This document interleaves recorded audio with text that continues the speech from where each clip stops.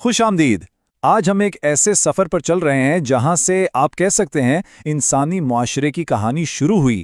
ہم بات کر رہے ہیں میسوپوٹیمیا کی، وہ سرزمین جس نے تہذیب کی بنیاد رکھی۔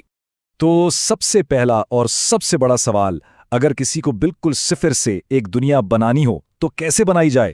ذرا تصور کریں، یہی وہ بہت بڑا چیلنج تھا جس کا سامنا ابتدائی انسانوں کو کرنا پڑا۔ اچھا، اس سفر کو سمجھنے کے لیے پہلے یہ سمجھنا ضروری ہے کہ تہذیب آخر ہے کیا؟ یہ صرف کچھ لوگوں کا اکٹھا رہنا نہیں ہے، بلکہ یہ ایک پورا پیچیدہ نظام ہے۔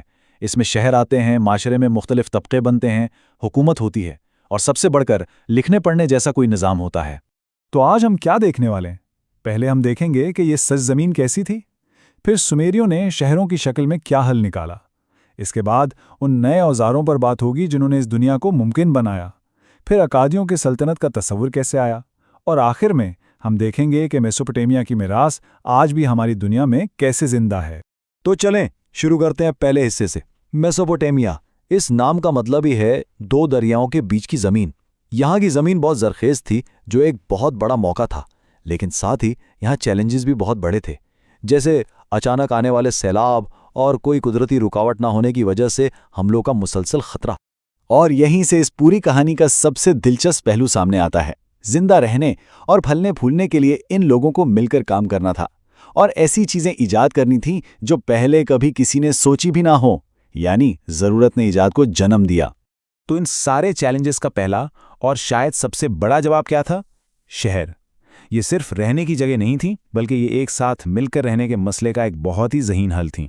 دیکھیں، مسئلہ بہت واضح تھا، آبادی بڑھ رہی تھی، تو سوال یہ پیدا ہوئے کہ بھائی اتنے سارے لوگوں کو مینج کیسے کریں، کام کون کب اور کیسے کرے گا، اور جو وسائل ہیں وہ سب تک کیسے پہنچیں گے۔ اور یہ کوئی چھوٹا موٹا مسئلہ نہیں تھا۔ صرف ایک شہر ارک کی مثال لے لیں، اپنے عروج پر یہاں تقریباً 50,000 لوگ رہتے تھے۔ سوچیں ذرا، اس زمانے میں یہ کتنی بڑی بات ہوگی۔ اتنی بڑی آبادی کو سنبھالنے کے لیے بالکل نئے سماجی ڈھانچے کی ضرورت تھی۔ تو سومیریوں نے اس کا حل نکالا شہری ریاست کی شکل میں۔ اب یہ صرف ایک جگہ نہیں تھی، یہ معاشرے کو چلانے کے لیے ایک بالکل نئی سوشل ٹیکنالوجی تھی۔ ہر شہر اپنے آپ میں ایک آزاد ملک کی طرح تھا، جس کی اپنی حکومت، اپنے قانون اور اپنی معیشت تھی۔ شہر تو کھڑے ہو گئے، لیکن اب انہیں چلانے کے لیے نئے اوزاروں کی ضرورت تھی، اور یہ اوزار کوئی ہتھوڑے یا کدال نہیں تھے، بلکہ یہ تھے تہذیب کے لیے آپ کہہ لیں سافٹ ویئر، ایسے آئیڈیاز جنہوں نے اس پیچیدہ زندگی کو ممکن بنایا۔ اور ان میں سے سب سے کمال کی ایجاد تھی لکھائی۔ اور مزے کی بات یہ ہے کہ یہ کہانیاں لکھنے کے لیے نہیں، بلکہ حساب کتاب رکھنے کے لیے شروع ہوئیں۔ پہلے چیزوں کی تصویریں بنائی جاتی تھیں، پھر وہ سادہ نشانوں میں بدلیں، اور آخر کار یہ کیونیفارم کہلائیں، جس سے ہر چیز کا ریکارڈ رکھنا آسان ہو گیا۔ دوسرا بڑا ٹول تھا لکھا ہوا قانون۔ اس نے بدلے کی سوچ کو ختم کر کے معاشرے میں انصاف کا ایک نیا تصور دیا۔ آنکھ کے بدلے آنکھ جیسا اصول ہمیں آج شاید تھوڑا سخت لگے، لیکن یہ اس بات کا ثبوت ہے کہ وہ پہلی بار ایک منظم اور غیر جانبدار قانونی نظام بنانے کی کوشش کر رہے تھے۔ لیکن شہری ریاستوں کا یہ ماڈل پرفیکٹ نہیں تھا، اس میں ایک بہت بڑی خامی تھی۔ یہ سارے شہر آپس میں لڑتے رہتے تھے۔